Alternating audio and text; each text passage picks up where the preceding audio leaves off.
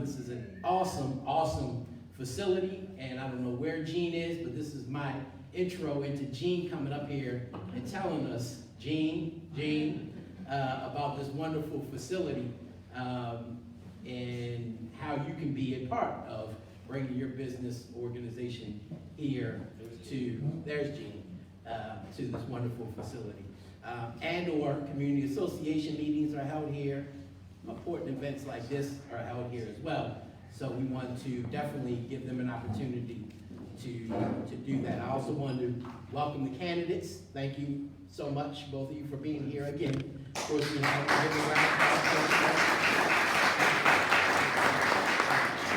we had a wonderful forum just a couple of weeks ago. It was supposed to be the debate, had a little mix-up. We had a 14th Councilman District debate here. They did a wonderful job as a forum, so thank you for coming back for this much-needed debate between the two Democratic candidates. And then we're about to get into the introductions of our panelists and our candidates, but right now I want to bring Gene up so he can tell you a little bit about this wonderful facility. Round of applause for Gene.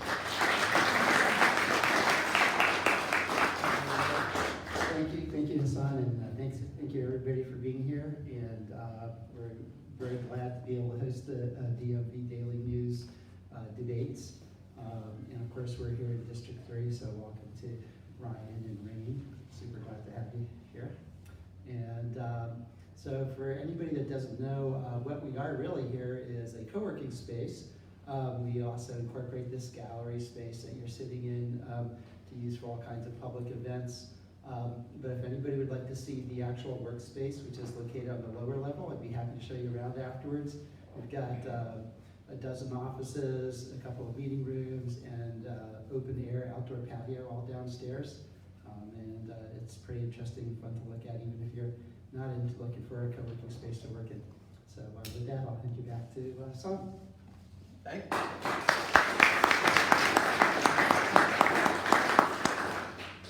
So tonight, I just want to let everybody know, DMVDailyNews is an online news publication. If you haven't been there, make sure you go. It's DMVDailyNews. We do a lot of live stream podcasting programs, including the DMV Daily Radio Show, which comes on usually Monday through Friday, 5 to 6:30 p.m. with myself, co-host Ivan Bates Esq, as well as Mark McLaren. Been on for about a year and a half. Started on WOLB 1010 as well as online. But we also do this Value My Vote. And this started in 2011 as a video production, and now it's a live stream. So tonight's debate will be live streamed on our Facebook and our YouTube and our website. And it's a way for voters who can't make it out to things like this, who may not know the candidates, may not, 5 minutes at the door, really doesn't give you a lot of time to know the candidates themselves. So this is our opportunity to sit down one-on-one with each candidate, as well as to have important dialogue like this with every candidate in every district across the city of Baltimore, including the 3 citywide. Martin Luther King Day, on I think it's January 20th, that Monday, we'll be doing a live stream debate here. It will be between the candidates running for the congressional seat for Elijah Cummings' seat that just passed away in the 7th Congressional District. We'll also be doing one for the city comptroller here between Joan Pratt and Bill Henry, as well as 2 more, which is for the mayor's seat and the city council presidency.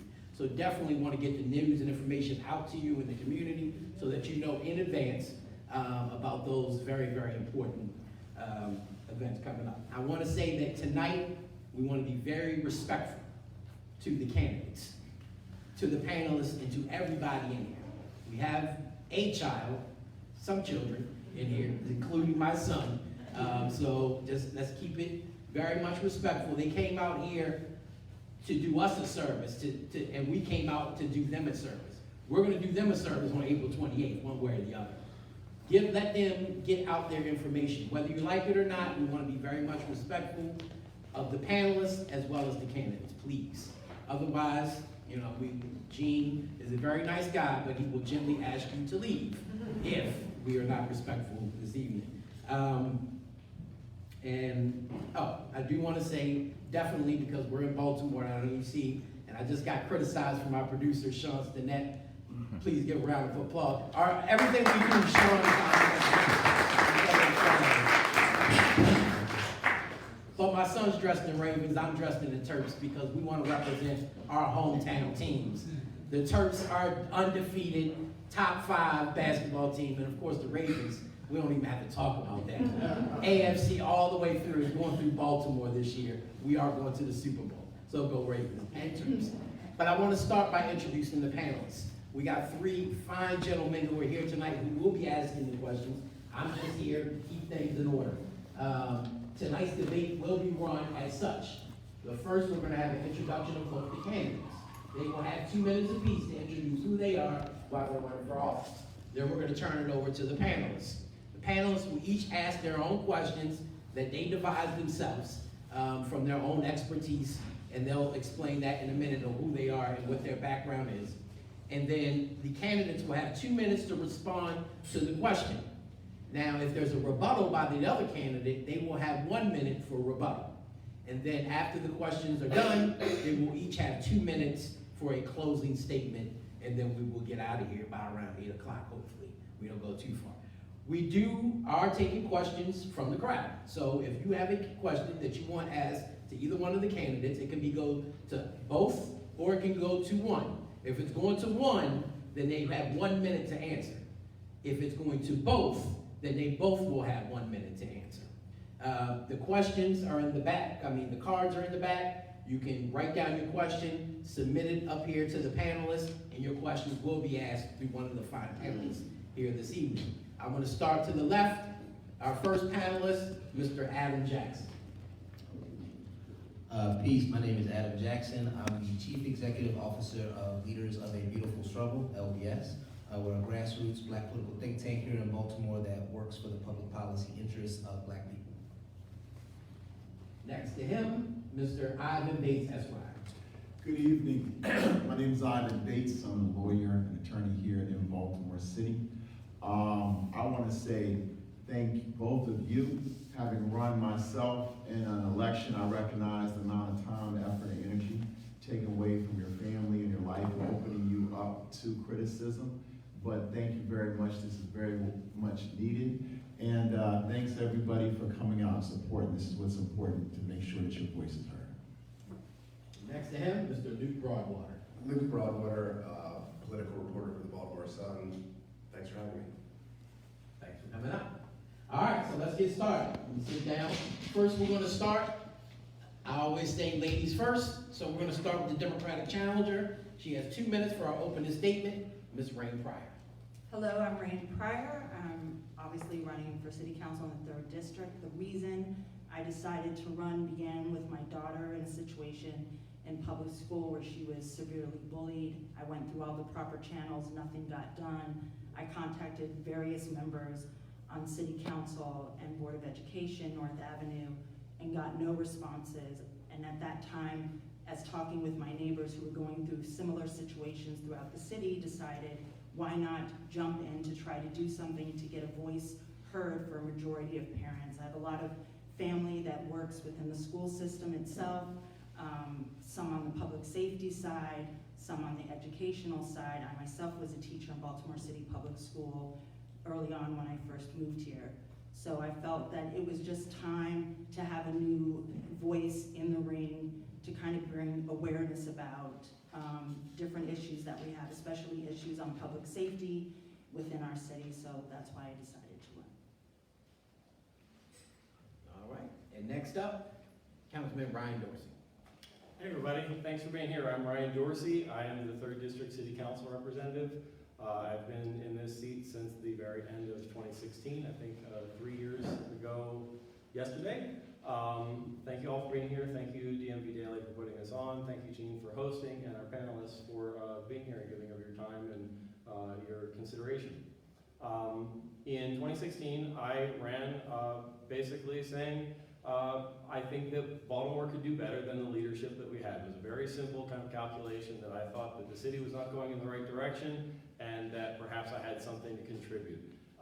I started to look at the political discourse that a lot of people had, and found that there were a lot of platitudes and a lot of ideas around perhaps the city could get better through programming, and not a whole lot of attention given to the systemic policy making, the policy making that really needs to happen to correct systemic injustices and systemic inequality that is rooted in structural racism, and that the health of our city is going to thrive when we acknowledge the historical context of the city's problems and put not just programs in place, but policy in place to redress the issues of the past. And I think primarily this is around housing and employment and transportation, where we have very significant strides that we can make. And I followed up on this by making serious policy change here in my first elected term, and been very successful in that, while also remaining extremely accessible to do constituent service work. And so I'm going to be asking for your support to re-elect me for a second term. First question, Adam Jackson. All right, so I guess I'll start with something general for the benefit of the listening audience and people who may be interested in the answer about what city council people do and how you get your work done. So for both of you, most people understand that Baltimore is a pretty mayor-heavy city, and that the city council doesn't have a lot of power to do particular items, particularly when it comes to like criminal justice, education, because those things are state issues. And with the budget set by the mayor, the city council can subtract from it, etc. So my question is, knowing that fact, what would you do as a city council person, knowing that Baltimore has a very mayor-heavy system and that you're in this particular area of the city? How would you get your policy agenda across as a city council person? Mr. Dorsey. Thank you.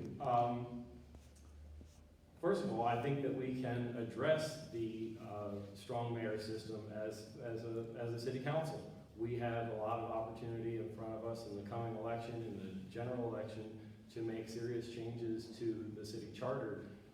Not that we have to do away with the strong mayor system of government, but that we can give a little bit more balance to the city council, the relationship between the city council and the mayor, through things like reducing the number of votes required to overturn a mayoral veto, or perhaps give the city council the power to move money in the budget so that we can exert ourselves a little more forcefully when or if a mayor's budget does not align with the budget of the people. And I think the city council has a pretty good pulse on what's happening with the people.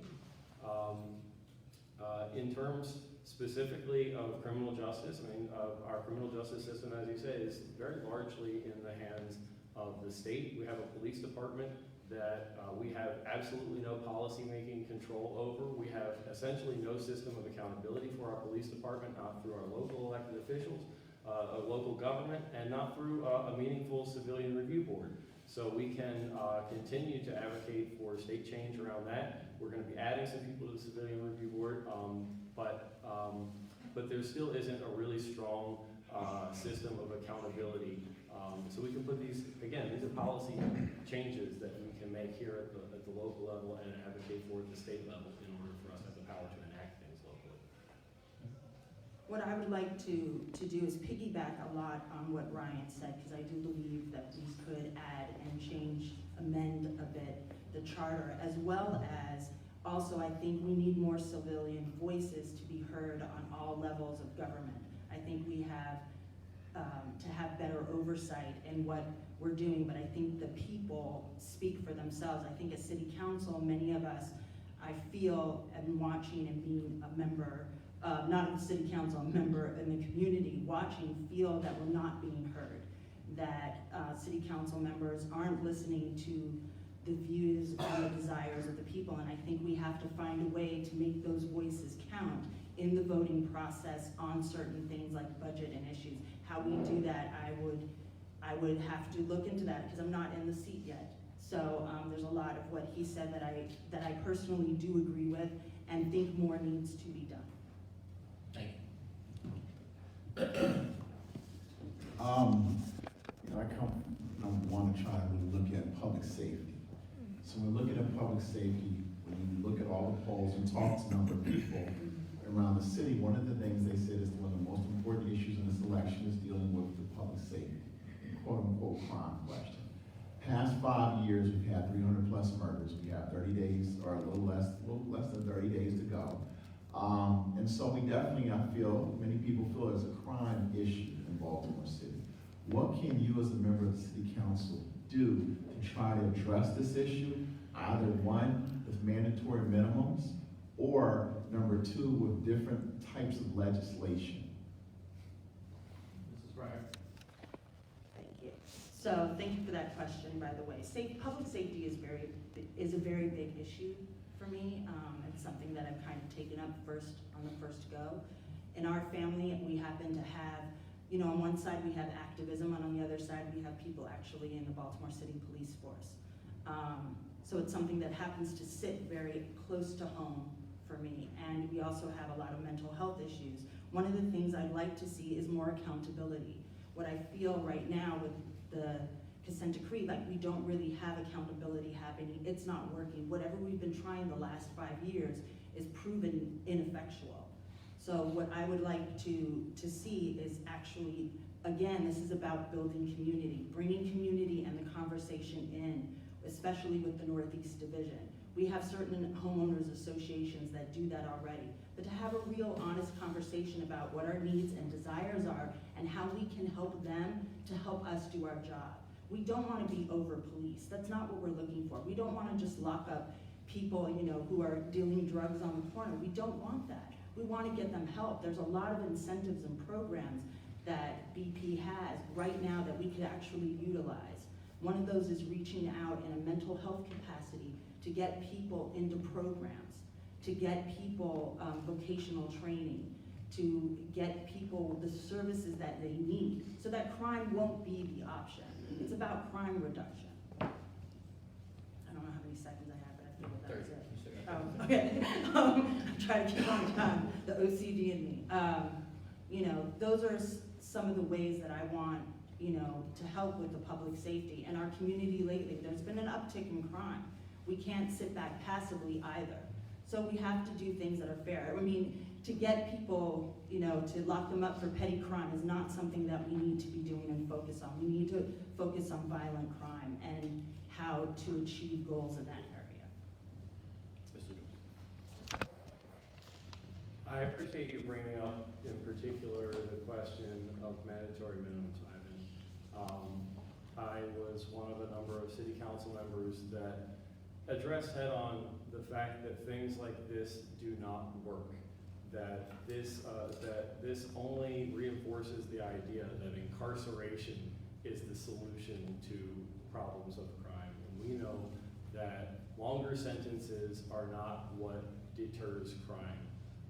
So I was, I took a stand and said clearly I'm not going to vote in support of the mandatory minimum bill that came before the city council this term. I have a real problem with a criminal justice approach that focuses on incarceration. We have a couple of different different types of crime that we deal with in the city. One are the violent crimes that we have programs that are non-enforcement based that work in the city through Safe Streets, and we can expand these things and we can expand investment in these things. And there are also crimes of opportunity and crimes that are kind of the direct result of people not having other opportunity. We can't invest in either of these things. We can't invest in creating a city that's more livable for people, where more job opportunity and more stability in housing and transportation are available, and we can't invest more in violence reduction initiatives like Safe Streets, violence interruption initiatives, if we don't get a hold on the unbelievable amount of spending that we put into the police department. $500 million. We are the highest per capita investing city in the country in policing. And it is obviously not working. So getting a hold on that, and particularly around the overtime spending within the police department, has been a real focus of mine, highlighting the deliberate and willful staffing challenges within the police department that understaff patrol and drive up overtime. One of the things I like to bring up an issue for me is the fact when we talk about the budgeting. I feel like what a lot of people and us don't know, layman people don't know, is that when we see that the budgets are really high, it's not trickling down to the folks that need it. It's not trickling down to our officers, just like in education, it's not trickling down to the teachers and the students. So my thing is, where's the audit? Where's the oversight financially of where exactly are these dollars going? Because yes, they are big budgets, so something's amiss. That's what we have to look like. But saying people are over this or over that is not, I don't think is fair, and I think is irresponsible as a council person. You have to be willing to go in and ask the hard questions to the people who are in control of these things. There are audits, there is oversight.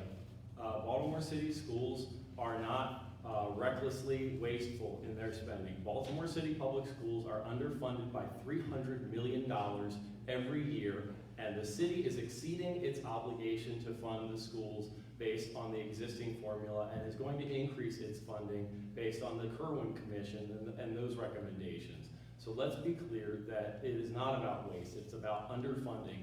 And with the police department, it is about overfunding. There is $50 million and more than 100 positions that just exist so that we can stash money away and put it into overtime. It is a fact that patrol is understaffed chronically and willfully by 26%, while no other aspect of operations within the police department is understaffed by more than 2%. That is a willful decision on the side of management within the police department to staff in a way that forces reliance on overtime. Mr. Brown. Since schools were in vote, let's talk currently. Currently, 60% of Maryland high school graduates cannot pass an Algebra 1 test or read at a 9th grade level.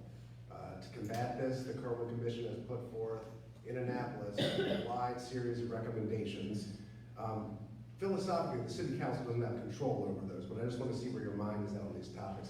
What do you think is in there that's really good and going to help our students? What is not in there that should be, that they should have recommended? And then this part of the question you do have power over. The commission is requiring city government, not the state, to spend $330 million more on the city schools.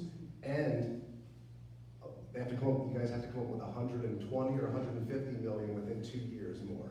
How are you going to raise that revenue? I'm not sure who goes first. Mr. Dorsey.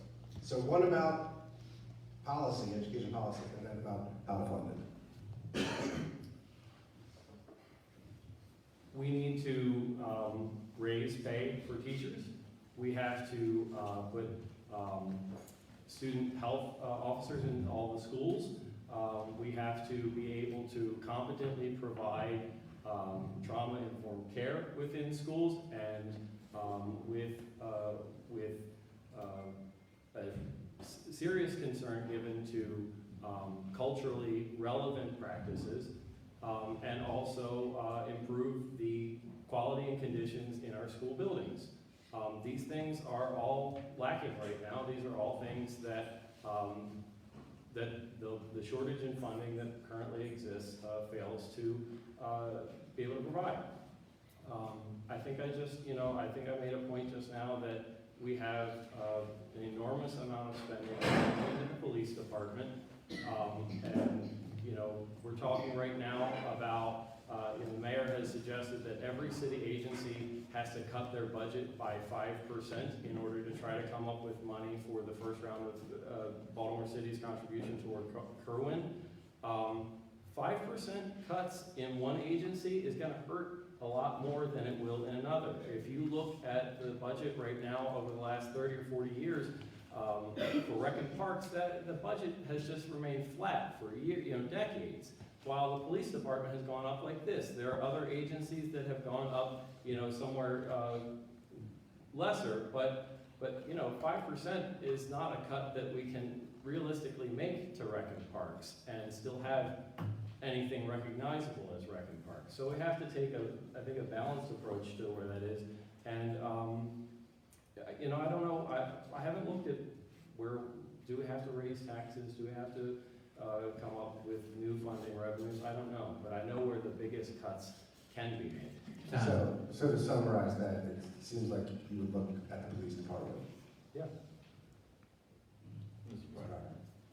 You know, we talk about Ryan, Mr. Dorsey, Councilman Dorsey just said, he was talking about cultural, changes in the school. We have restorative justice practices, which to me are insignificant and do not work. You can't have restorative justice practices once it gets to a violent level. Kids do not respond to that. They are then become part of the trauma, and it sticks with them. It's a psychological process. You have to have really people who are practiced in restorative justice to actually hold restorative justice practices within the school. This is not happening. We've talked many years about implementing social workers into our educational system. We've talked about many years. 2006, I'm sitting in a classroom with 20 students wearing coats, some who don't have coats, and it's freezing cold in the school. That's unacceptable in 2006, it's unacceptable now in 2019. We keep talking about throwing money at something to fix it, but we're not fixing it. So my thing is there has to be a problem within the balancing of this budget and where the money is going. To keep saying, throw money at it, get more money to it, I'm saying, where is it going in the first place? If we have to cut administrative costs, then let's cut administration. If we have to cut their salaries, let's cut their salaries so that our students and our teachers and our schools get the infrastructure they need. I'd rather see 5% cuts, making sacrifices to keep our students safe, our families safe. As a mother, I should not have had to pay to take my daughter out of public school to a private school so she could have a decent education away from violence, away from being cold, any of that. I'm actually privileged that I could even do that for her. But I shouldn't have to do that. I shouldn't have to be on pins and needles wondering what's happening in the school system. My friend who works in public safety for the schools should not be on pins and needles every day wondering about the violence going on in the schools. And again, the heat, the cold. Just to follow up on that, I didn't hear where you would suggest to get the money from. It sounded like you were suggesting cutting within North Avenue. I would say cutting administration costs and a lot of things, and especially to me, North Avenue. I haven't seen North Avenue work in a really long time. They don't follow up in phone calls. I don't feel our teachers are fully supported, and our students definitely aren't supported. So yes, I think administrators need to think about that for a second and think about the community at large. We're doing a disservice to our kids and our families by not holding these people accountable. If you don't have the money to pay for somebody to answer the phone, then there's nobody that can return your phone call. The audits and comparative assessments of Baltimore City's public school system says that there is no gross misuse of funds or wasteful spending to any considerable degree at North Avenue. And it shows that we are very middle of the road in terms of what our administration of our school system costs compared to other jurisdictions. The school system is underfunded every single year by $300 million. I would not cut a thing. I would take 10% graft and see $30 million tossed to the side, lit on fire, if it meant that our children got the other $300 million that they are due every year. I would take that graft if it meant that we got the whole rest of the loan. But there's no reality in which all that money is just disappearing mysteriously. Our schools are underfunded very dramatically. As a parent, I am going to recognize our schools are underfunded. What I'm asking is, where is it going? And when you can't rob Peter to pay Paul is what you're trying to tell me. But for 9 years, it's the same thing over and over. And to me, that's the leadership of Baltimore City. That is you. You're part of that. You can vote on budget. Like, I get that. But now, if you're gonna ask me to choose between Baltimore City police officers and education, I'm gonna choose education for my child, 100%. But I feel like we have to really look at what that budget is. We have to really identify, and I can't sit here and identify it yet without it fully being in front of me where we can actually make decent cuts. But we have to be willing to make sacrifices for our children and their parents, period. If anybody wants to see the budget, it's online. So I have a question about development. So tax increment financing or TIFs are typically used in to attract large-scale developments to parts of Baltimore. TIFs are usually used downtown areas or upcoming areas. A lot of people will argue to gentrify certain parts of the city. In the 3rd district, what area, if you had access to a TIF, what project would you try to get built in the district? Is there anything you have in mind as a council member? If you were a council member, what would you want to develop in the district? Are there large projects you have in mind? Thank you for asking that question. One of the things, if I had access to that I would want to do, something that I think our district really needs is a seniors community center that has multiple disciplinary, and I don't mean disciplinary actions like that good. I mean, that has multiple things. It has a health suite in it for our seniors, that has cultural enrichment for our seniors, that is also open to members of the community to be able to go. We have a lot of staying seniors. One of the things that I love about my area and my district is the fact that it's generational. We've had families that lived here for years. My husband and I live in our family home.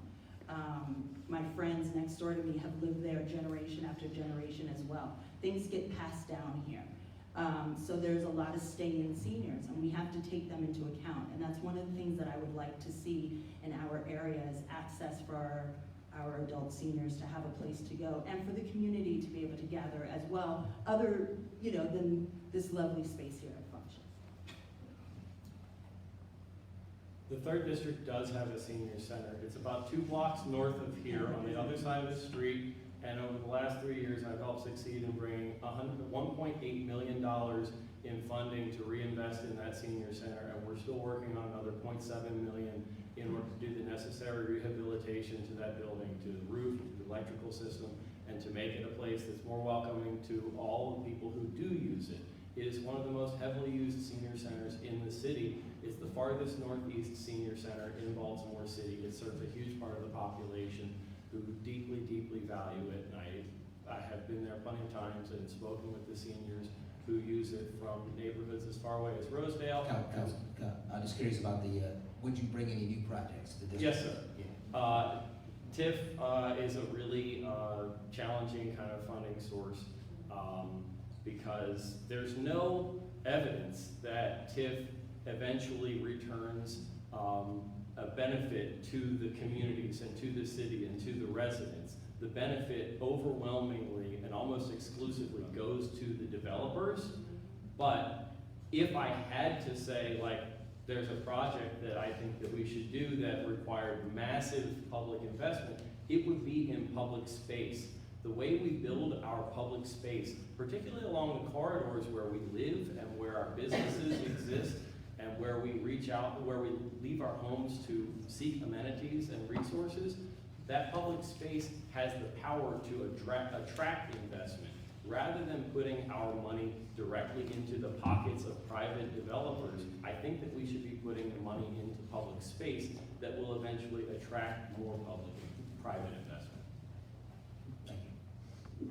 I think about a week and a half ago, the Baltimore Sun wrote an article, an op-ed from the editorial board where it talked about the crime plan. I believe the city council had a crime plan where they talked about taking the owners from the mayor's office to the health department in terms of fighting crime, or looking at crime within the city, just part of that. What are your feelings about that? Is that a good idea? Should we continue to look at fighting crime in a silo? Or who's actually the individuals that you want to hold responsible in terms of the crime fighting strategies happening in the city? Look, fighting crime has to be done from a holistic approach.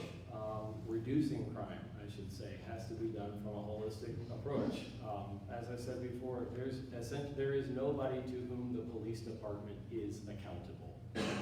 They are not an entity of the city, they are an entity of the state. We try the best that we can to hold them to account, but we can't even tell them where to put the money in the budget. So it's hard to have a good partnership with anybody that you can't exert some kind of accountability with. So that's why I believe that we have to continue to invest to ensure that all of Baltimore's residents have an opportunity to prosper. I think that when people people, you know, we have 3,000 people homeless on the streets every night. This is a symptom of people having housing instability.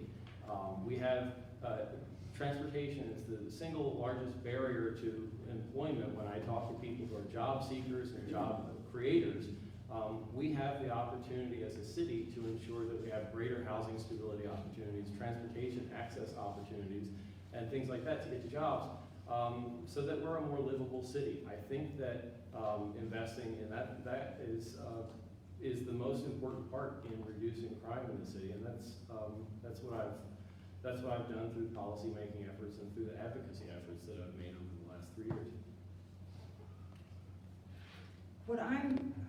What I'm hearing a lot from the community, again, it goes back to not feeling safe within our own communities. And I see this big divide. What I've heard a lot of is us versus them. The us versus them attitude isn't working as a community. It isn't working to keep us safe. So we could blame the police department for their not having funding, saying we're trying to hold them accountable, then we're not holding them accountable. We have to look, we have to look at our justice system, which is an unjust system. We know that, especially as an African American, man or woman, we know there's an inequity there. We have to look at it to try to figure out justice within our system to make it work. But one of the things we have to be able to do is bring in the community voice to do that, to bring in our health officials, to be able to talk about the opiate epidemic, to be able to talk about the addiction epidemic that we're having right now. I think we need to gather those voices along with community to put community back in charge of how we feel we need to be safe. I think a lot of times we come from the outside like that's their job to do and what's gonna happen, and what we don't want Baltimore to become militarized in any way, shape, or form. What we want is to put the hands back into people to feel empowered about the justice process, about the police force that's here. My having a conversation with some people at the Northeast Division, or my having a conversation with my neighbors, or my seeing the notice about, we could do the walk-arounds and build a presence in the neighborhood also isn't enough. We have to be willing to do something. And what I'm hearing is this very passive look on what crime is in the city across the board, and it's not working. It hasn't worked for 5 years. And so the change is gonna have to be about stepping up to the plate. I wish there was more of the community represented here. It's not. I mean, this is a great debate, but this is not reflective of what's in the community and doors that I've knocked on. Last month, former Mayor Catherine Pugh pleaded guilty to 4 felony corruption charges, and she's facing 5 years in prison.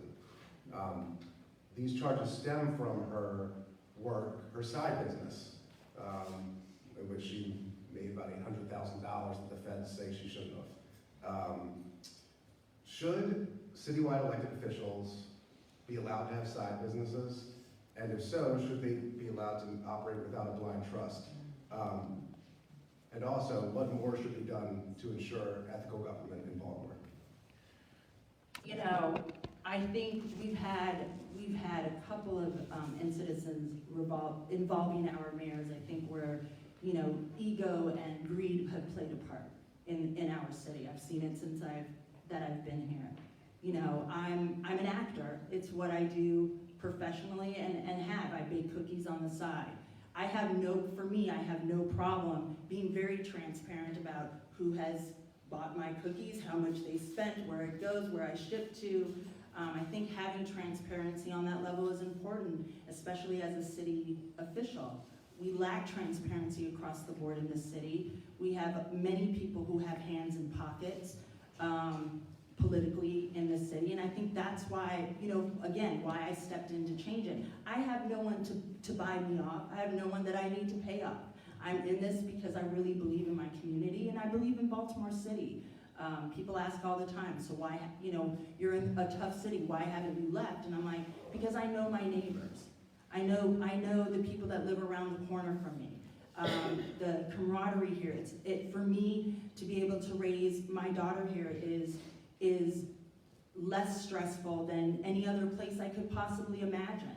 But at the same time, we have to be willing to be transparent when we step step into these roles. I mean, I'm lucky enough that I wrote a book that anything you think you know about me, you could read about it. I'm sure it's in there. I come from a family of truth. I have no issue with that.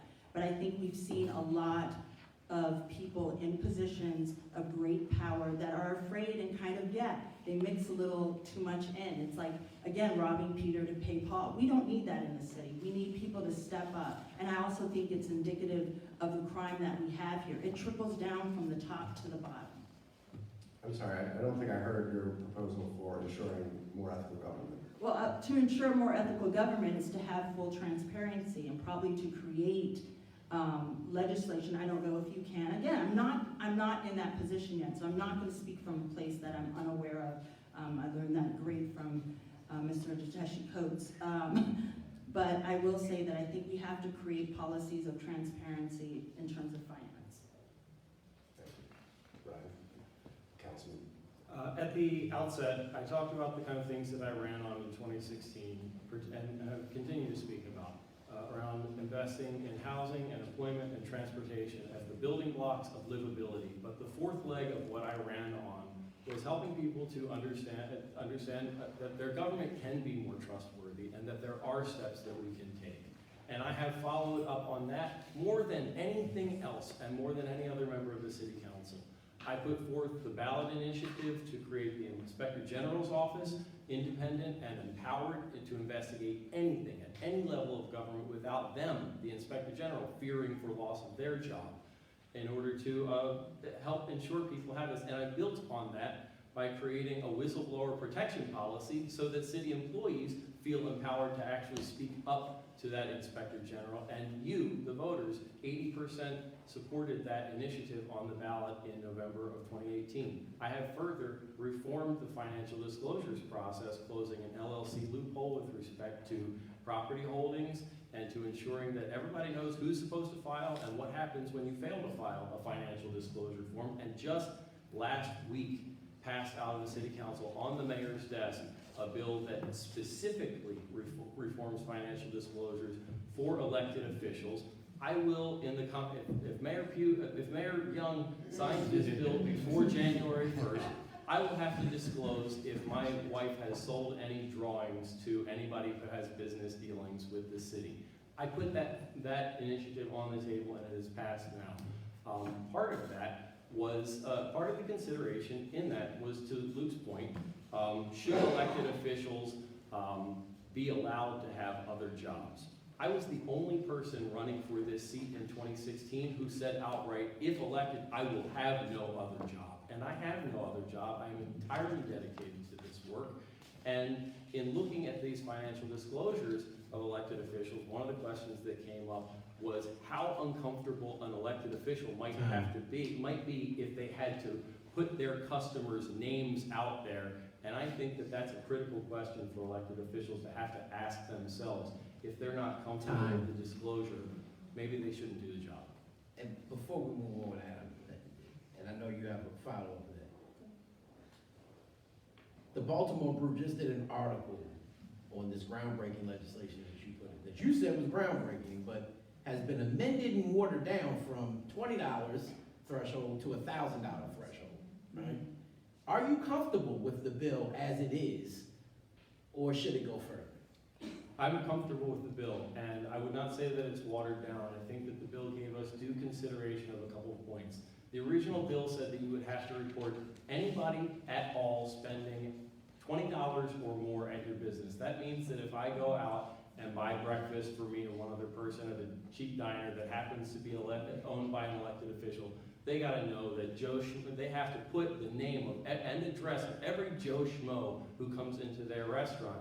If they only own 30% if they only own 30% of that business, what's 30% of $20? What do I realistically think that the take home for that elected official is? Setting a more reasonable and manageable threshold of $1,000 meant that we're really getting at the heart of whether or not somebody is really peddling influence in their business, and limiting it to people who actually do business with the city is reasonable because, for example, right now, I could take $1 million gift from anybody I want who doesn't have any business dealings with the city, and I wouldn't have to disclose that. Who cares if that person is going to some business that I own and spending $1 million there, if they can just give me the gift outright and I don't have to disclose that. So limiting it only to people who have actual business dealings with the city or who are lobbyists is reasonable within what's expected in the first place. So I don't think that the bill is watered down. I think that it's practical and I think it's reasonable. I don't know how we could, with an ethics board that has not $1 of funding allocated to it, manage to comb through a report of every person who spent $20 or more. The reason that it was $20 in the first place is because that happens to be the gift limit, and we can't even control that because it's set in state law. Mrs. Pryor, yeah. What I was gonna say is, I think it's commendable, like, for you, that it's not the only job you have. You know, as a wife and mother, I have multiple jobs. That's how I take care of my family. Do I think when you say, would you drop everything? I think, you know, as a mom, I balance. I mean, that's what I do. I multitask and I balance. I think this job is very important, and this is the job that you do when you're hired for. When you're hired to get paid for something, that's what you do, is that job. But to ask anybody or to make anyone who has something else that they do in this day and age, many of us have side gigs, many of our families do, and I think it's important to have that. Now, disclosing how much something is, if we have business within the city, yes, I think that's reasonable. It's called transparency, and why not? There are 3 members of the city council that have any other employment, and the controller owns a business, and until recently seemed to own part of another business. The city council members who have some other employment seem to be able to manage their job and their constituency well,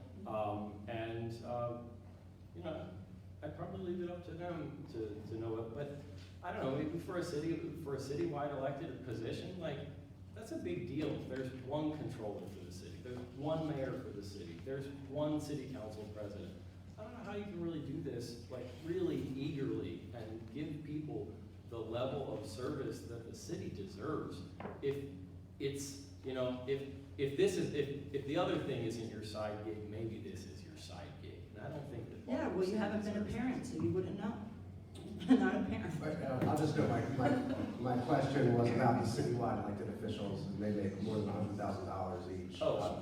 Yeah, not I don't think the council. citywide elected officials should have a second job. All right, so I have a question in the same vein of accountability. So Baltimore is a city of gatekeepers. You know, there's elected officials and there's also the people behind the elected officials. There's people like Colleen Martin Lauer, who supports and structures a lot of the electoral apparatuses of council members. There's people like Bob Embry, president of the Able Foundation. There's the Greater Baltimore Committee, a large corporate entity that drives a lot of the conversation about development. And so these are large institutions, in many cases that advance the system of racism and white supremacy. I've heard you, Councilman Dorsey, talk about this in the media. Ms. Pryor, I've heard you talk about criticizing local government. So my question is, how would you be disruptive to these gatekeepers who in many cases are controlling how Baltimore is operating? A lot of people right now are talking about former Mayor Pugh, about how they didn't see that coming and they didn't know how the corruption got to be the way it is. But in many cases, because of these gatekeepers, who are in many cases pulling the strings. So as a council member, how would you hedge against these white supremacist gatekeepers that are essentially controlling Baltimore politics in a lot of instances? I've been pretty outspoken about some of these things, some of these people. The whole apparatus of the Port Covington TIF and the plan to develop there in this city is an inherently white supremacist approach to how we develop our city. I've spoken out about this and I've taken a lot of flack for this, but being really open about Kevin Plank perpetuating a system of white supremacy has put all of these gatekeepers on notice about where I'm coming from and allows them to engage with me on the level that they see I'm willing to engage with them. I'll deal with them if it's to the advantage of the things that I'm trying to perpetuate, but I have a lens around anti-racism that I put around the work that I do, and so I don't engage in a way that's going to hinder that pursuit. And I've spoken up again around things like the Johns Hopkins Police Force against this. So I've challenged very heavily influencing institutions and individuals throughout our city. I worked with Bob Embry, for example, on helping to move along my Inspector General Charter Amendment and the advocacy for education around it. We happen to be aligned on something like that. But I don't mess with certain people in this city, and they know where I stand, and it's because I know where they stand. You know, in dealing with, you know, coming into this, a lay person that decided, hey, I want to do this. I want to do this for my family. I want to do this for my community. I've learned a lot about the game of politics, which I find very, at times, offensive. I don't like it. I don't like Baltimore politics and the people in it. I feel that has led to a lot of, you know, we have a history here of systemic racism. And it still runs very deep within the people who do pull the strings. A lot of my conversations with different representatives, delegates, council people running for office has been a lot about how do we navigate these waters, and knowing that in some instances, yes, you have to have conversation. Well, I'm also one to be very bluntly honest, so I'm not afraid to call the kettle what it is. I just want to make sure I'm being specific. Yes. So an example would be the Fraternal Order of Police, the police union here in Baltimore. Yes. They regularly post and publicize very racist statements as it pertains to public safety. Now, I know on one hand, if you support certain policing practices and criminal justice issues, you'll be supportive of the FOP. But if you're not, then you would stand against them. And I've seen that people don't usually stand against institutions like the FOP or the Greater Baltimore Committee if they feel like it's not in their interest. So I mean, I want to be specific. But I feel it Just is. to make sure I'm being specific, Yes. not being nebulous about calling people out. I mean, standing up to institutions. I think you have to stand up to those institutions. I think it's especially because you're representing the community at large. You're not representing yourself and your ideas or that institution. We have to be willing to hold them accountable. So if they say something that is not right, or they're putting statements out there, which they do, by the way, within their training as well. It's institutionalized framing. That's the stuff that we need to be addressing. I'm not afraid to call that out. I'm not afraid, and I have. I've said we need to deal with the corruption, and we need to find a way to also bridge the divide between us. Like I said, I come from both sides of a family. I come from activism, and I come from someone who is part of the system, but also is one of the good people. But we want change, and we have to be willing to step up. We have to be willing to call it out and not be afraid. And I get, that's endorsement. I haven't gotten endorsements because I speak up. I don't know if that's the case, for Mr. Dorsey, if you run up against the same thing, but I do speak up. And I'm not afraid to do that, and I will continue to do so because I'm supposed to be representing the people of the community and the city.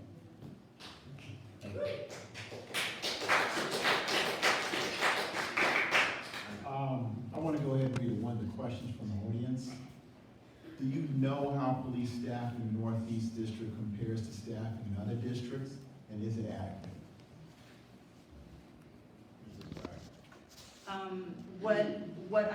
What I have heard, and I haven't investigated it fully for myself, is that we are, because I've asked about foot patrols, and being able to see more police in our community going out, and what I was told is that we don't have enough officers to be able to do that. Compared to other parts of the city, we don't also have the same amount of crime. So we do have a crime. There's been an uptick in crime in the city, in our district. But we don't have that resources, and they would like to be able to do that more, but how do you balance that out? How do we get more people in the community to know? Well, half the community doesn't know there's a police breakfast coming up, on the 21st, so we go to that. It's learning how us as the community can get involved. And when we don't know, we don't do. But when we do know, we do. And just like I said, this is not reflective of what the community is tonight. This is a partial reflection. But this isn't the communities, these aren't the doors that I have knocked on. Half of them also probably couldn't get here because of the rain.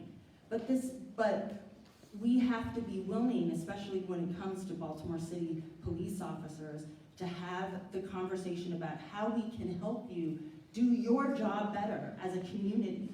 We're leaving it to everybody else and it's not working out.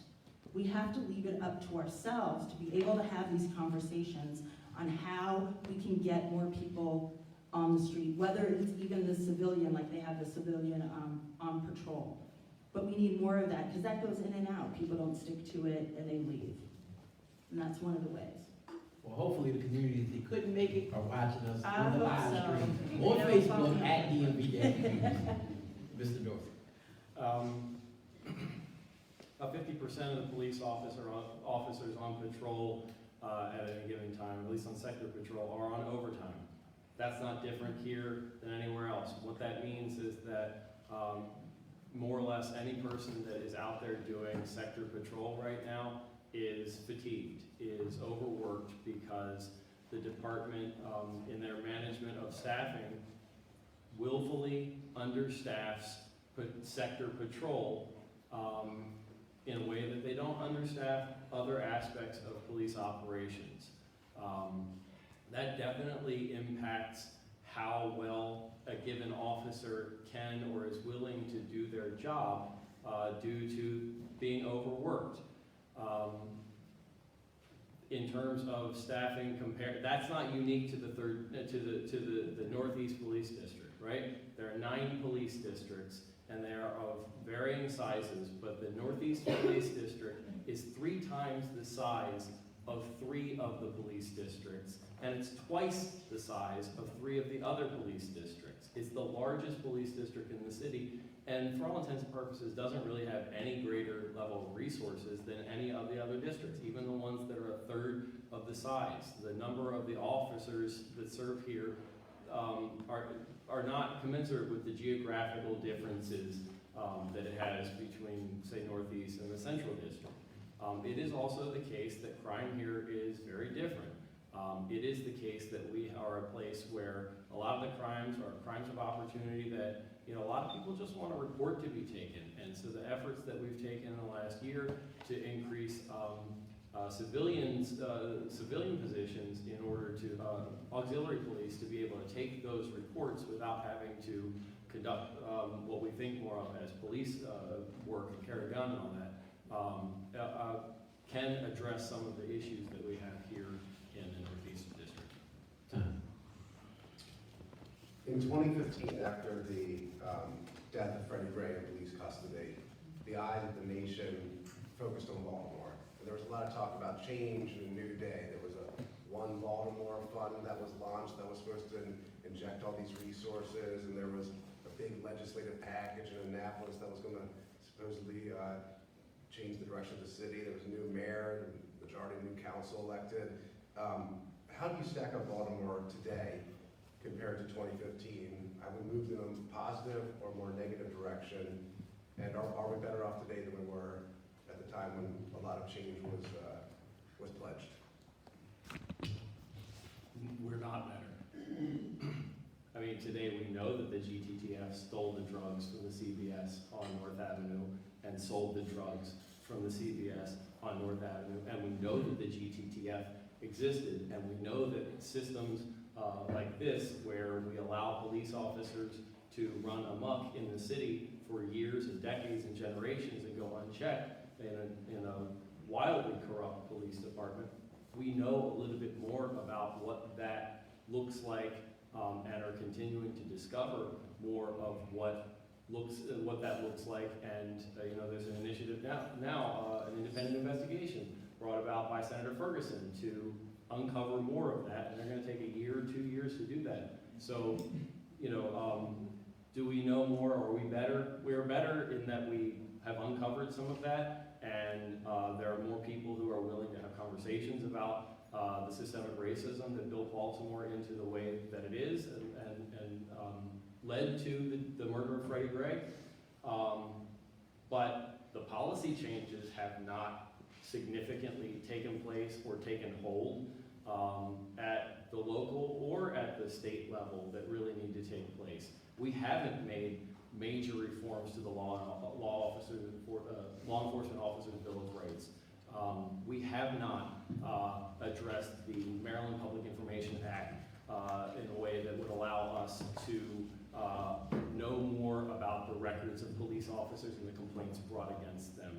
There is, very, very little, if anything, has changed. And because nothing has changed, other things have significantly worsened, particularly since we continue to try to address Baltimore's problems by just increasing the amount of money that we spend on policing that does not give us a return.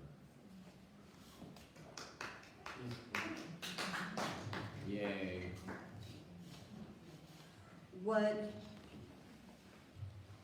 is, I guess, discouraging at times to me since, being here as well and watching events unfold and wanting to partake actually in some of the protest that was going on, but was encouraged not to because I had Lotus with me at the time. I have seen a deterioration in our city instead of a growth. So I can definitely agree in somewhat with Mr. Dorsey, but as people who have been in positions to make new policies, to pass new programs, to not do it, and now all of a sudden we're at election time and we're talking about policies and programs that should be passed and interest in our young people and interest in diversion programs. I'm like, where has this conversation been for the last 4 years? Where are we? We're not better off now sitting here having this conversation than we were back then when everyone decided to back off and lay off our police department, lay off our education, lay off the criminal justice system, because everyone wanted to have a face of, we're cool, we got this, we understand, we're down with the people. And I'm like, we're not down with anything if 4 years later, coming up on 5, we are sitting here in the same exact position and it is getting worse. When we have a supremacist in office that can sit there and say, Baltimore is full of rats. We have to be able to look at ourselves and look at where we're considering where we're making our investments. It's great now at election time to talk about this stuff. But for those years when it was going on and it was getting deeper and deeper, I have to say, where was everybody talking about it then? Where were the policy changes going in? Where were the youth programs starting to get more implemented to help the young people? Where's the vocational training to get them off the street into a job? Mentorships. That's what I want to see. So I have a question about public safety. So there's a lot of conversation about, in local media particularly, about quote-unquote a city in crisis in regards to the murder rate. Since 2015, the murder's gone up pretty consistent, murder rate's gone up pretty consistently. And so the conversation in the legislative bodies, both state and local, have been about sentence enhancements or mandatory minimums. And most data suggests now from around the country that it's not the penalties that actually dictate whether a person will not commit crime, but rather the fact that they'll get caught, the certainty that they'll get caught. And Commissioner Harris has actually said when he first got appointed to commissioner that he believes in that. It's the certainty that criminals will get caught that actually deters crime and stops crime. So what I'm curious about is what would you do to make the mayor, what would you do to ensure that the mayor has the tools to give the police department to decrease violent crime in the city without using mandatory minimums, policies of mass incarceration, mass arrests of black people? How do you ensure that the crime decreases without going back to the same problems of Martin O'Malley when he was mayor?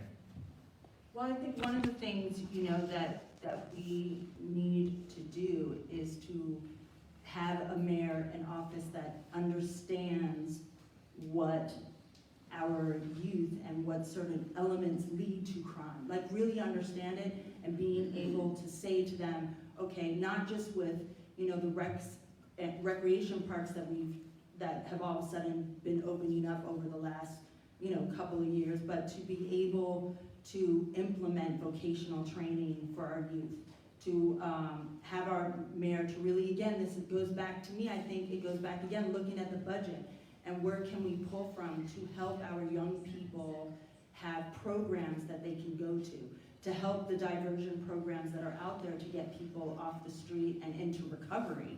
I appreciate your answer, I just want to make sure I'm being specific. Yes, please, So, thank you. so the question was really focused on the so-called repeat violent offenders that Right. the media likes to talk about. These are folks that have not gotten caught because of the incompetence of the police department in many cases.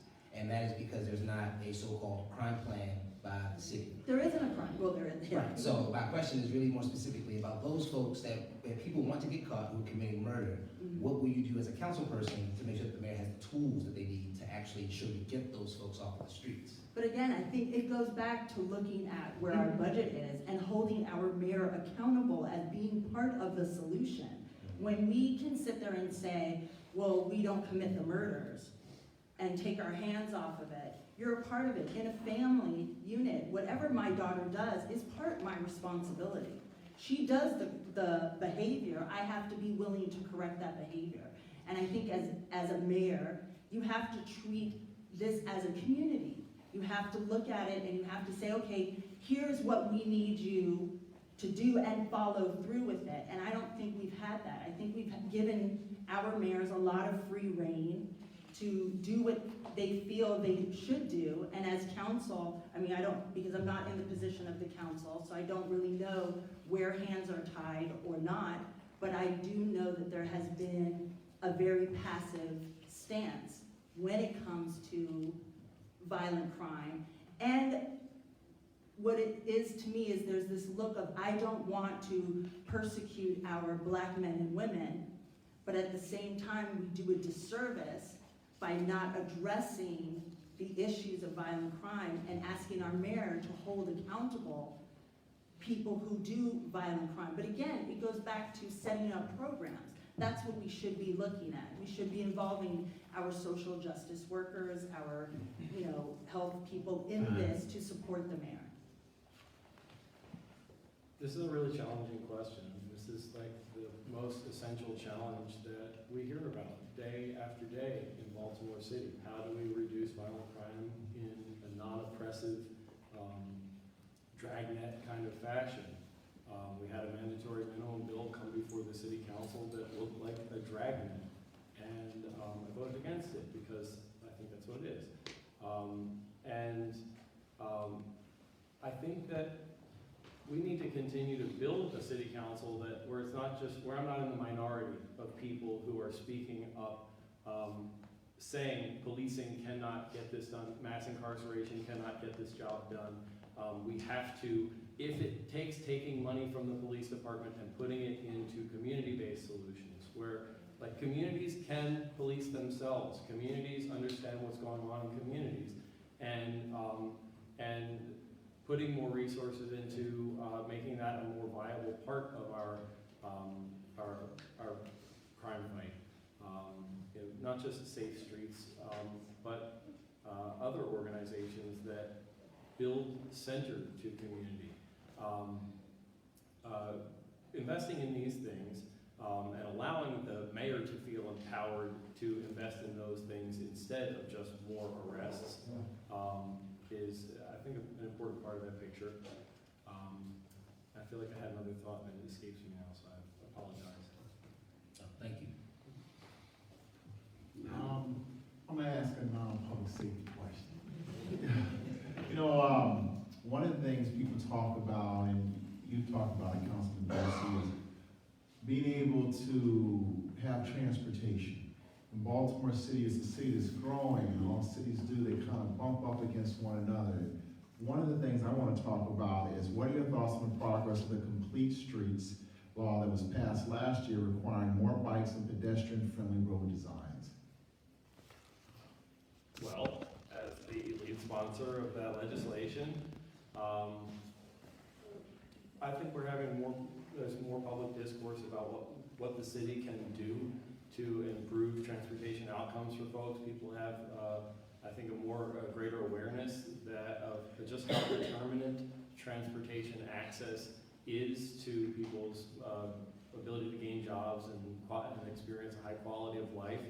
But I had to also pass a second, I had to write and introduce and pass a second bill to give the Department of Transportation additional time just for implementation of the law, because the previous mayor and the previous DOT director just didn't take this seriously and basically didn't do any of the work. So the simple implementation aspect of that law is behind schedule. I think that's a very cut and dry kind of answer to what you're saying, what you're asking.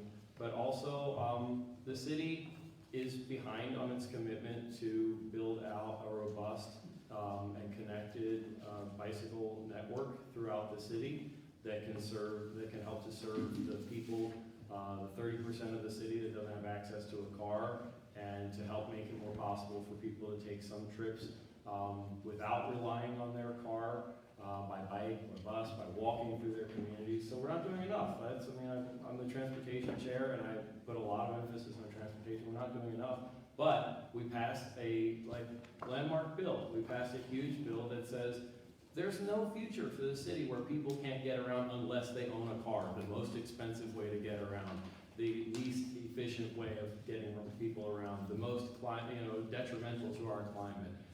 We have to think about how we move people, not just move cars.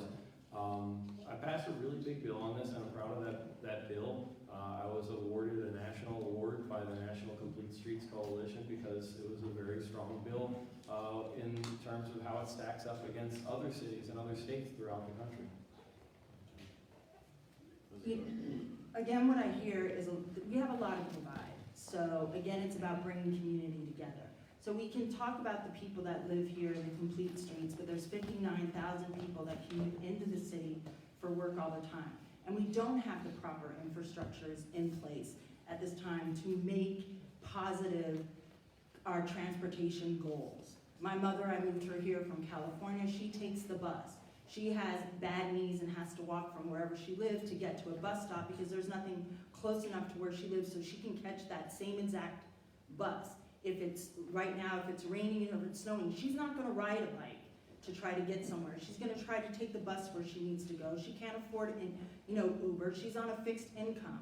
So I think about that. I think about my mom who's living here. How do we make this work? If I'm driving through the city, because I'm privileged enough to own a car, and I can drive through the city, I'm driving down roads where the infrastructure is at best shot. I mean, there's potholes and this and that, and we're talking about bike lanes, and we're talking about we have inclement weather and snow and ice, all these things. We have to build a robust infrastructure for transportation of our dreams. And we have to make it inviting for people to want to come to Baltimore.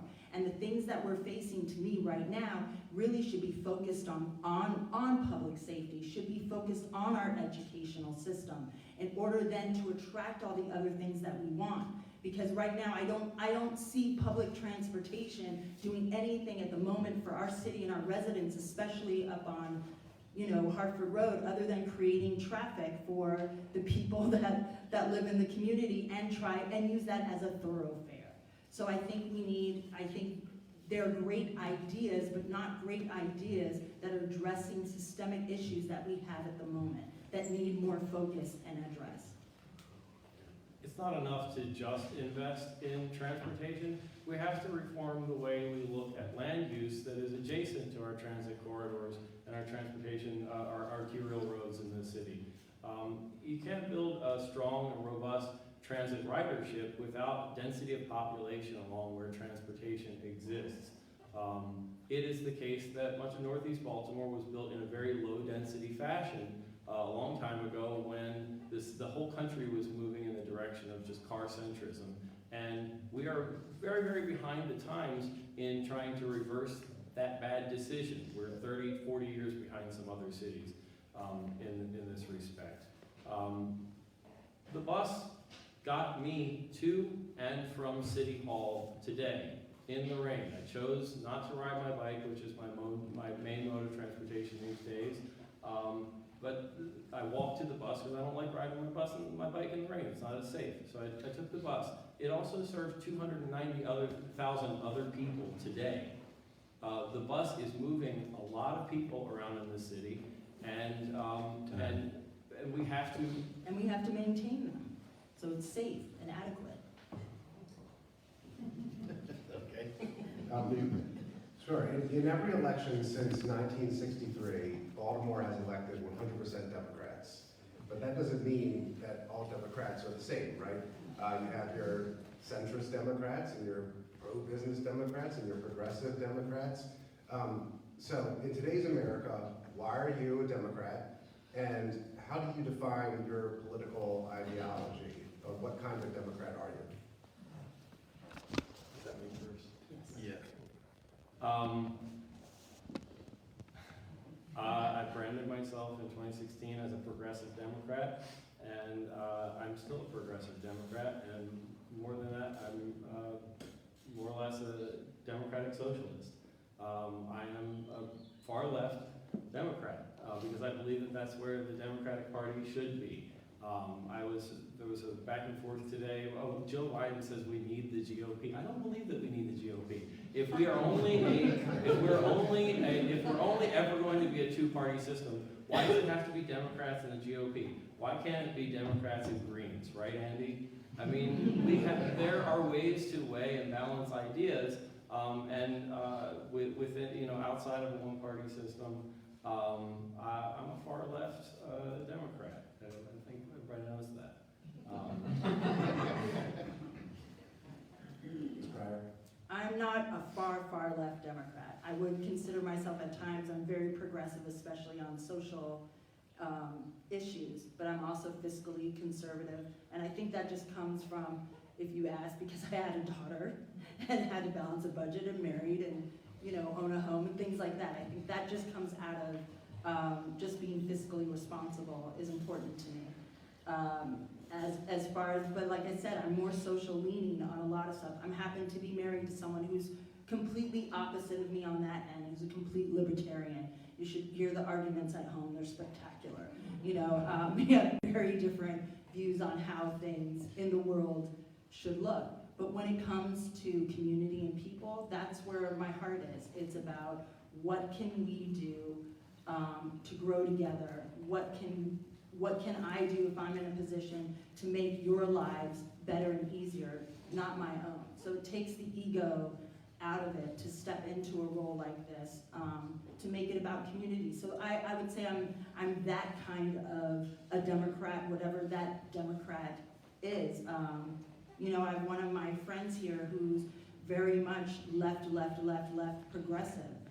We meet on a lot of framework in our mind and conversation. And I have friends on the other spectrum who are not. I do have friends who are, Republican, changing their vote because they don't like the current, circumstances of leadership.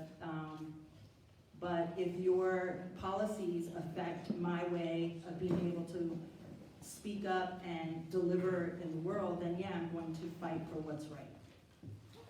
All right, so we're getting towards the end. I know y'all are getting antsy.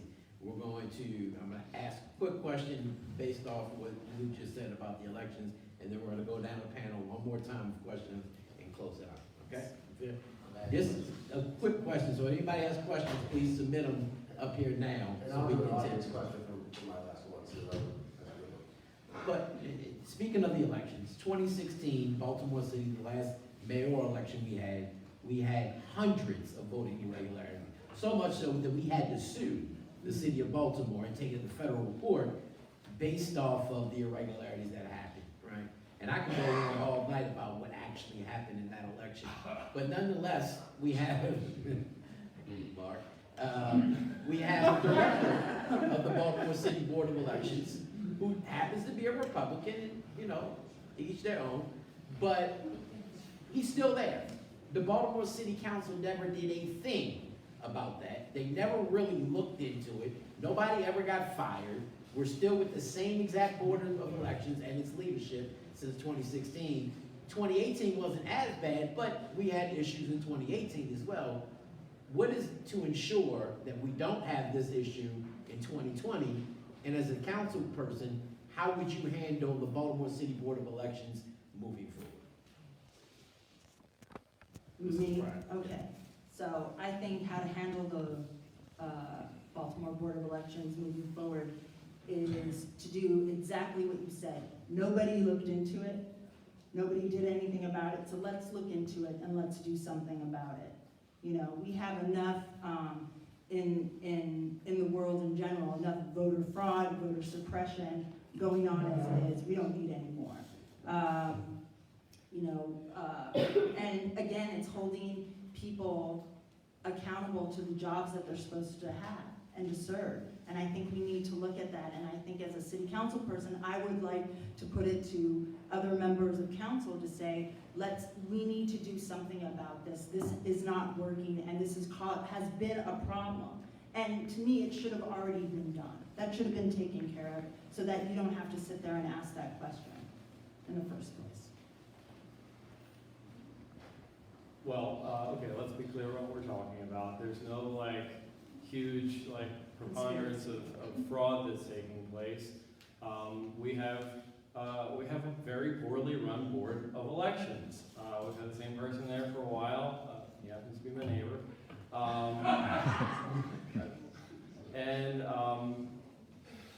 I have thought about this. I have looked into this to some degree, and I think I'm pretty sure that there are like 5 people who are like directly reporting to the head of the board of elections, and none of them are reporting because they're all vacant positions. And so probably we need to have an oversight hearing in the city council. It's something that I've talked about before in private conversations, and it's not like a resolution for a hearing that I've put in yet, but it would seem a good time for us to hold an oversight hearing on that. The Board of Elections, the head is appointed by the governor, so we are very, very limited in any level of oversight. I'm not even sure if he would have to report, if he would have to show up if we said we're holding an oversight hearing. He might not even feel compelled to show up because he's not working for an agency of the city, but the state rather. So we're challenged there, but we could put some pressure on. It's true that we haven't done anything this term, and it's not something that, so I think we could hold an oversight hearing on that and see how that goes. We need to make the effort, at least now's the time. I'll put in a resolution for it. How about that? Sounds good. I'll follow up with you. Thank you. All right, this question is from Jesse. How do you plan on slowing down traffic between Northern Parkway and the city line? The county Parkville has a one-way each way. My 4-year-old son and wife are afraid to cross because it's like a highway and no one stops for crosswalks. So the question again is, how do you plan on slowing down traffic between Northern Parkway and the city line? This question makes a really great point about the ado about the Hamilton streetscape and the road diet there. Is that if you go to the city limit in Parkville and step over the city line into the county, there's only one lane in each direction. They don't even have a center turn lane like we have in the Hamilton Business District. The county commuters, 22,000 cars a day are coming in from and back out from the city, and that is serving those people coming through Harford Road there in the county, and the commuters passing through there, and the neighborhoods there very well. And when I go to the North Hartford Road Community Association, which is a socially, racially, age diverse group of membership in the community association there, every person in there is asking me to help happen there what we did in Hamilton. They want to see a road diet in Hamilton also, and they ask me, how come it is that the county residents pass through their one lane in each direction, very calm thing, to they open up into the city and suddenly it's a highway through my neighborhood. Why should I have to have a highway through my neighborhood? That's not serving me well. Who is that serving well? So I would address the speeding and the dangers of Harford Road the same way that I have already done and have been advocating for. I have a meeting with the mayor about it next week.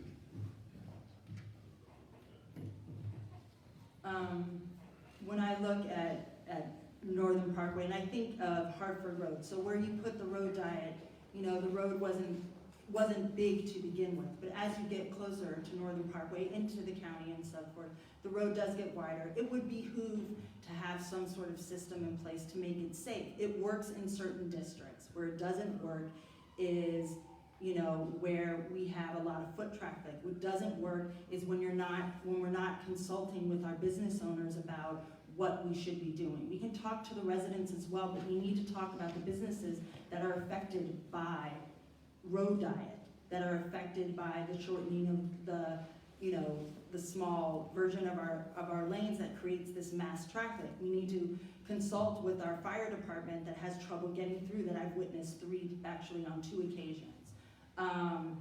You know, for places that are big, I think we need to address things. I've even asked, you know, our homeowners, there's a Brendan Road finally got some speed bumps. You know, there are things we can do that would work to slow down traffic, but again, we're coming up on election time, and these things to me are questions that have been asked throughout the years and up until now. So how come, my question is, how come it's taken so long to actually be addressed, and why now? I literally ran a campaign in 2016 saying that I would do this to Harford Road, and I got elected to do that. I don't know what anybody thinks a big road is, but Harford Road, North Avenue, Edmondson Avenue, Bel Air Road, they're all the same size. And there aren't many roads in Baltimore City that are bigger. Where you put the road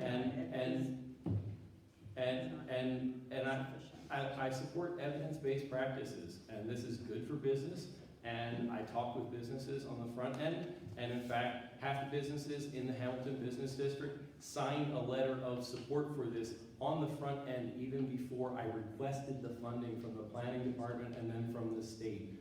I don't know what to say, but that this, everywhere else that we do these kind of things, it's good for business, it's good for community safety, it's good for property values in the adjacent community, it's good for air quality.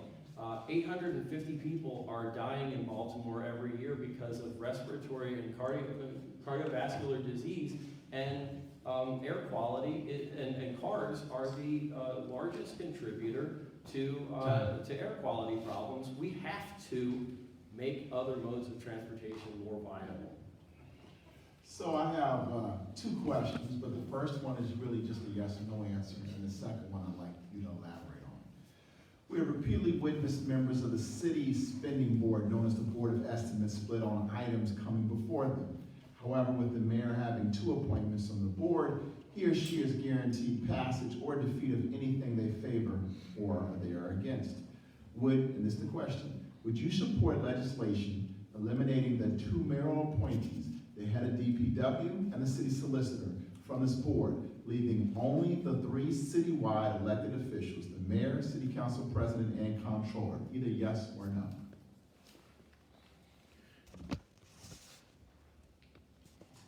Anybody? You're really gonna make me just say yes or no and give no explanation to this item? I'll give you 30 seconds each. I mean, yes, if that's the only option that's on the table, yes. But I would prefer to do away with the Board of Estimates entirely and operate like other cities operate and not have this archaic mechanism in place. Or if we were destined to have only a 3-person board, we could at least be a little bit more like the state, where they have the controller and the governor and the treasurer, who is elected by the members of the General Assembly. The city council president in Baltimore City is an at-large elected official. He's not representative of the city council. I think that if it was a 3-member board that was left to the controller and the mayor, I think that the 3rd person should be somebody chosen by the city council. But there are other permutations of these ideas that are on the table, and I would entertain any conversation about them, because what we have doesn't work. I happen to have to agree with Ryan on this. I would want to do away with the Board of Estimates, and I think putting in a member actually of the community. Again, I hold everything back to, we have to have a voice in there somehow, some way. That's what I would do, but I piggyback on what he said. And the last question is from a member of the audience. What will you do to promote more female leadership? Shit.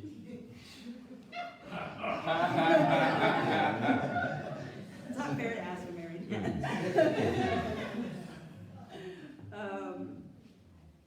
for me, and I guess I'll go first, for me to support female leadership, is that what it said? Or promote? What would you do, what will you do to promote more female leadership? You know, I think in this day and age, I think we're seeing a lot more women stepping up to the plate politically.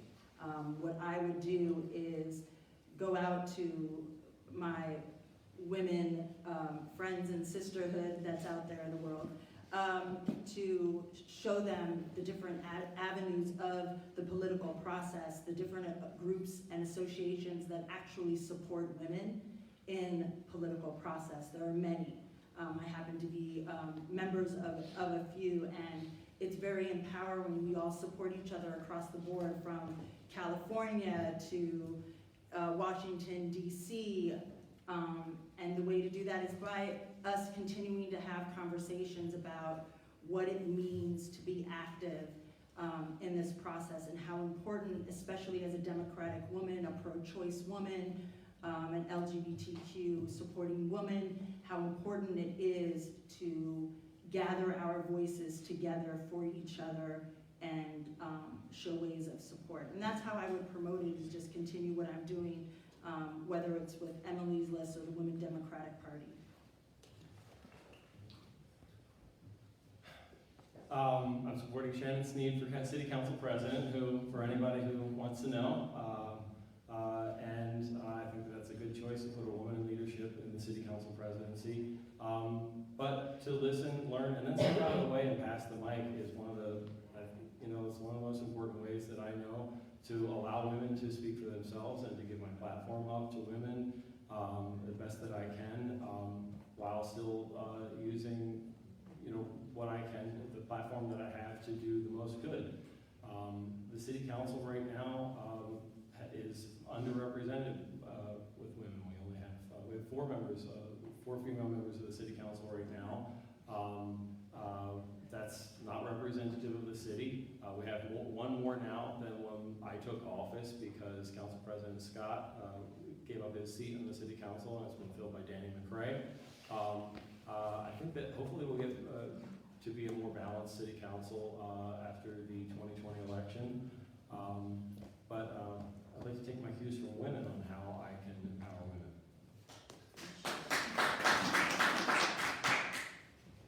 Ask question. Sure, this is from the audience, and there's really 2 questions here. One, what will you do about mass incarceration and to address ending the illegal war on drugs? This is something that Kurt Schmoke proposed years ago and was laughed at, but I think a lot of people have come around on.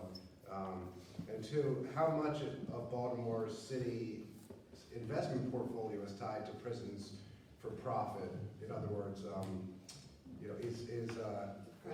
to your knowledge, are there any investments in the city retirement funds or other accounts in private prisons? Your surety bonds are tied to the prison. Your prison portfolio, you're investing in Alabama's prison industry. You are tied to it, the city is. I'm just telling you what I know. Is it me? First, I'm having a conversation with Shorty Davis about what he knows about the portfolio, because people who know certain things help me to direct my investigative work when I start asking questions of the people who actually control things. To tell you the truth, I don't really know what's in the investment portfolios of the city. That was part of your question. Yeah, the other part had to do with The unjust war on drugs. To take from LBS and others, it's really primarily a war on weed. 75% of the arrests and the war on drugs from 1990 to 2000 were for weed. We have an opportunity at the state level to legalize weed, and we should be making important reinvestments with taxation, not just, there's a whole portfolio.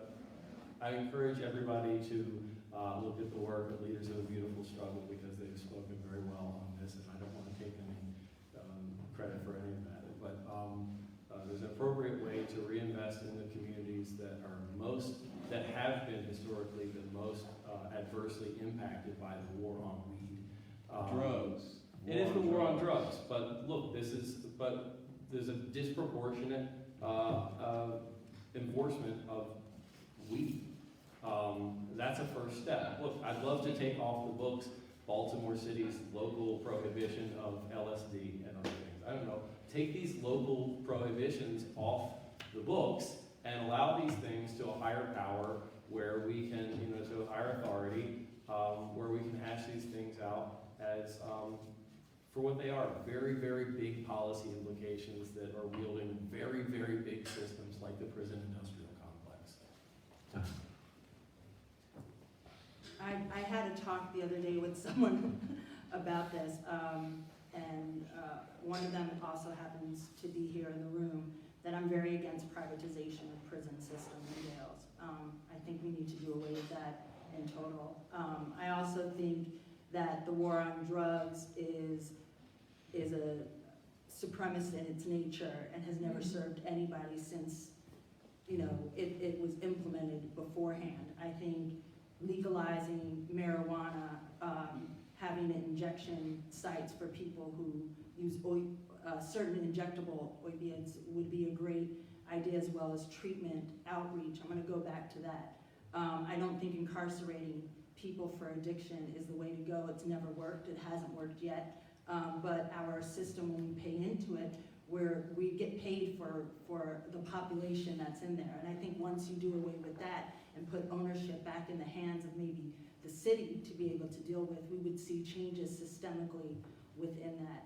And as I said, providing services. So taking that to me off the table, and I think I spoke earlier about petty crime. To me, that's kind of where the petty crime issues are. If you're not, also it goes back again then all the way back to the education. If we're not providing decent schools with education for our kids, and teachers are being told to pass students and not fail them, we're doing a disservice. And then we're going to see recidivism within our criminal justice system because people who are addicted, who aren't getting proper treatment, don't have vocational training, job opportunity, will go back into doing what they were doing before. And so I'd like to see us, yes, let's legalize, marijuana, let's get drug treatments as part of our programs here in Baltimore City. Less of an option, but more as these are places you can go when that shows up, and working with our juvenile justice systems as well. I'll also say one other thing. I think that it's important to destigmatize with the power of conversation that we have. There are a lot of people that will stigmatize anybody who is addicted to drugs, anybody who must avail themselves of the services of a methadone clinic, and there's a lot of NIMBYism around that. Nobody wants a methadone clinic next door to their house, for example. This is a common kind of theme. We have to destigmatize drug treatment and allow it to be normalized in our neighborhoods, in our communities. With that, we also have to be talking about things like safe injection. Like, everybody thinks safe injection is a really good idea until you say, great, let's put it in your neighborhood. We have to have a lot of these conversations about normalizing the presence of helping people to become healthy and helping people to become more whole in our neighborhoods, within the fabric of our communities. So I didn't want to leave that on the table. No, and I just want to piggyback on that, and what that leads to again is being able to talk openly about mental health issues that plague our families or plague us individually, so that again it takes away the stigmatization on that for everybody. And I think we need to do that. Yeah. Yay. Yeah. Thank you. So each candidate will be given 2 minutes for their closing remarks, and we started ladies first, so this time we'll end with gentlemen first and ladies last. I love the job that I have.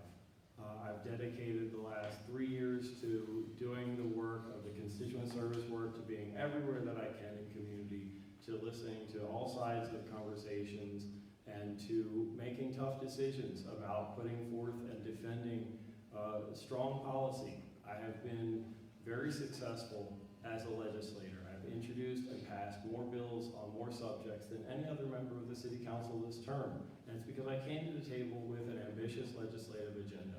I passed bills not just like complete streets, and the Inspector General, creation of the Inspector General's office, but also I passed the Home Act here, prohibiting landlords from discriminating against tenants simply because they have to have some sort of help in order to have a roof over their head, and set off a regional chain also with Anne Arundel County and others doing it in the wake. 4 counties, Baltimore and 3 others just this year, and Baltimore City was the first. I've done a lot of work on these things. I've got a bill in right now to rewrite all of the towing laws of the city. Let me tell you how sexy that is. Like, I've dug deep into trying to make big policy changes and little policy changes, and ones like the Home Act, where very, very few words make a huge, huge difference in whether or not we're keeping people away from opportunity that all of us deserve. I am really thankful for the opportunity that I've had to do this, and I want to continue to push the bounds of what we think public policy can do and how we can steer our communities in the right direction, and to continue to be a part of a left, a progressive faction of the city council that I hope is growing in order to become even more powerful in steering the city in a more equitable and livable direction. And I hope to have all of your support for my reelection in April.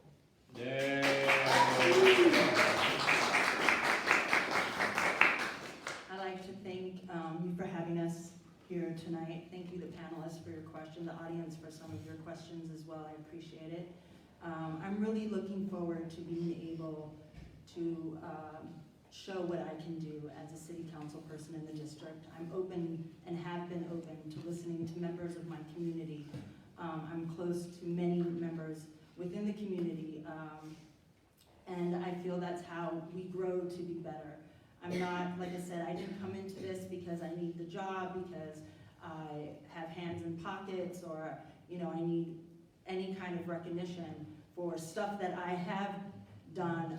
I don't always talk about certain things on a personal level, but I'm really invested in community. I'm invested in bringing the people together. I'm invested about holding conversation to solve and find solutions. I'm all about let's find the solutions. We know this doesn't work, we know this has happened, but let's figure out together from you how to make this work. I mean, as someone who's supposed to be a representative, I want to be a representative of my community. I want to grow in this position. This is new. This is not something, I wasn't born into politics.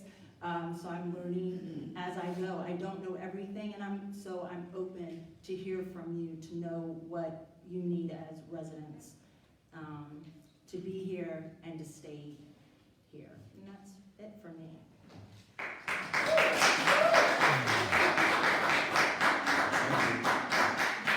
Ladies and gentlemen, I want to thank you for coming out. Councilman Dorsey, Ms. Pryor for coming out. I would definitely want to submit big thanks to Baltimore Sun political writer Luke Broadwater, Ivan Bates from Bates Garcia Law Firm, Adam Jackson, Sean Stinnett, our producer, and our timekeeper, my son Lee. Let's give them a round of applause. There you go.